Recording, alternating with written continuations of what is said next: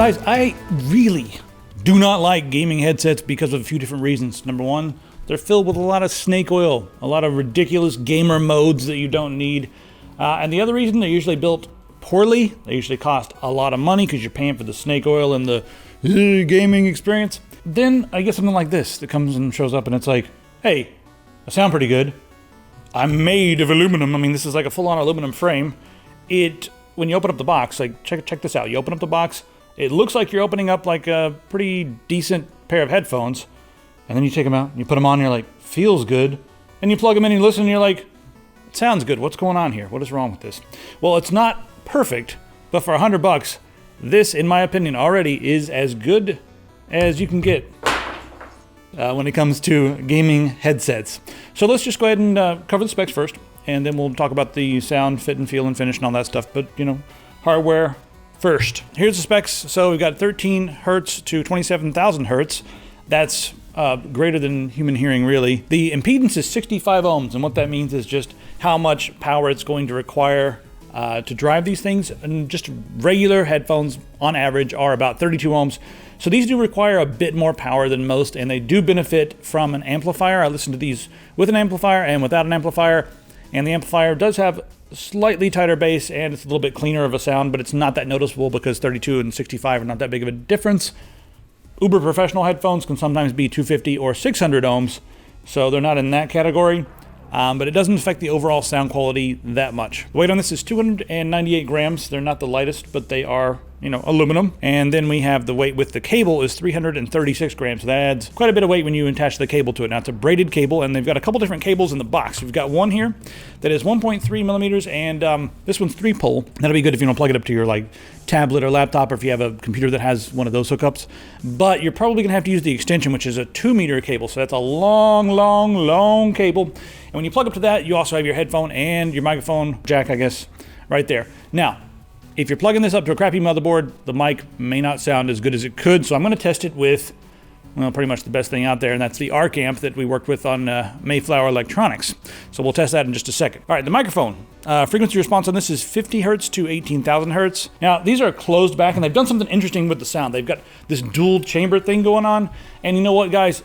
I don't care about all the science. I know I care about it if I'm actually designing my own set of headphones, but once these are made, it's cool that they've got the science and everything, but if they sound like crap, they sound like crap. And I've seen some things out there that are like dual chamber with 2 extra slices of bacon and cheese and all this high fidelity business, and it sounds like crap. But these actually sound pretty good. So the dual chamber system allows you to sort of isolate some of the frequencies. Also, forgot to mention the drivers. 50 millimeter neodymium, of course. Magnets on the inside of those. And these are custom drivers, as opposed to like some of the older ones where they partnered up with QNAP and made some headphones. So let's just get down to the fit and the feel, and then we'll talk about the sound. So these are, they call the Cloud. The clamping factor is more than most, but not extreme. And since we have the memory foam going on here, they're really nice and soft on the head. Lots of adjustments here to fit all different size skulls.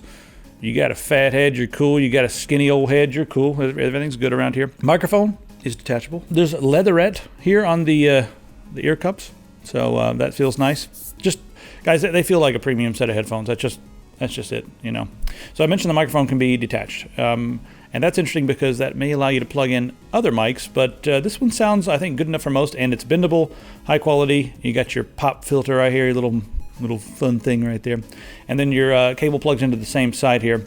Now, having them on the same side is the way most different companies do it, and they really like the braided cable. I would prefer like a low profile rubber cable or something, because it's more of a lightweight experience.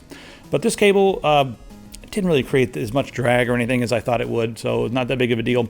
And you do have the inline volume and mutes, right on the cable, so that's also really cool. Let's talk about the sound quality. First off, listen to a lot of different types of music with this. Now, they have better clarity in the high ranges than just about any gaming headset that I've heard, but they still don't sparkle quite like a professional pair of headphones or, studio reference headset. They sort of have that gamer thing where they boost the bass and they boost the mids a little bit so you can hear the explosions, and also the gunfire and the footsteps are all going to fall in that mid-range. So it's slightly tuned for that, but it's not extreme, and it doesn't make acoustic music sound muddy. I'd say the Muddy, compared to like a studio reference headset, these are like a 7 out of 10 when it comes to the muddiness. Didn't notice any sibilance either, but you normally don't get that with cans like these that are not tuned for crazy high frequencies.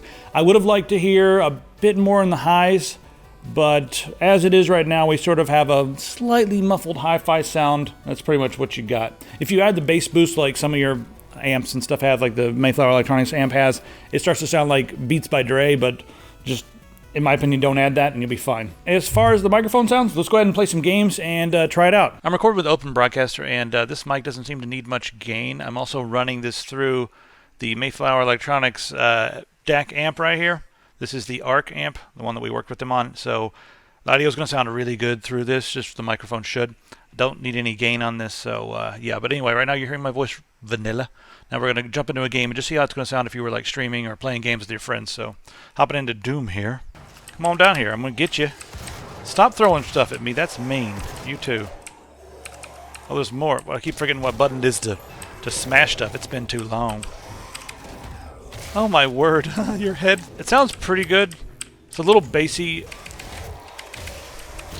Ah, I'm dead! Alright, well that's the end of that. Ultraviolence might be a little bit too intense. Pure carnage. I need to play this game. Because it's quite interesting. Kind of a bit of fun. Demonic presence eliminated. How does the computer always know this stuff? Alright, so that's pretty much how it's going to sound while you're playing your games. I do like this better than the full-on simulated surround sound. Most games have headphone mode or something like it, and they know when you're wearing headphones or whatever, you can tell that you're wearing headphones. And then the environment can almost sound binaural. And if you don't know what binaural is, put on your headphones and just type onto YouTube binaural audio, and you'll be surprised to know that, holy crap, with just 2 speakers, I can get something that sounds better than simulated surround by a long shot. You can really positionally tell. They're also closed back, so you don't have quite as big of a sound stage. I do prefer open back, but for environments that are noisy, these are going to seal off. They're not noise canceling or anything like that. The microphone's not noise canceling either, so it's also going to pick up some background noise, but that's a sacrifice, but you also get, slightly better quality in the microphone. Overall, these are about as good as you can get when it comes to a gaming headset, and I will recommend it. I still do prefer to build my own. Even at this price range, you can probably build your own and get something that sounds better and performs a little better, but the problem is it's not going to have the fit, feel, and finish of this. Like the Superlux are not as comfortable as this. So if you really want something you can wear for a long time that's very comfortable, you're going to get a little bit warm in these, but it's very comfortable and sounds just about as good as you can get when it comes to gaming audio. These are a very solid choice, and probably the only gaming headset I'll be like, these are pretty cool. HyperX, hell of a job convincing me to try out, a gaming headset. The Cloud Alpha, check them out, guys. Be sure to grab a t-shirt. Yes, one of these over at epicpants.com. And we'll see you guys on the internet. Stay tuned for some cool stuff. All right, ninjalama.com. Bye.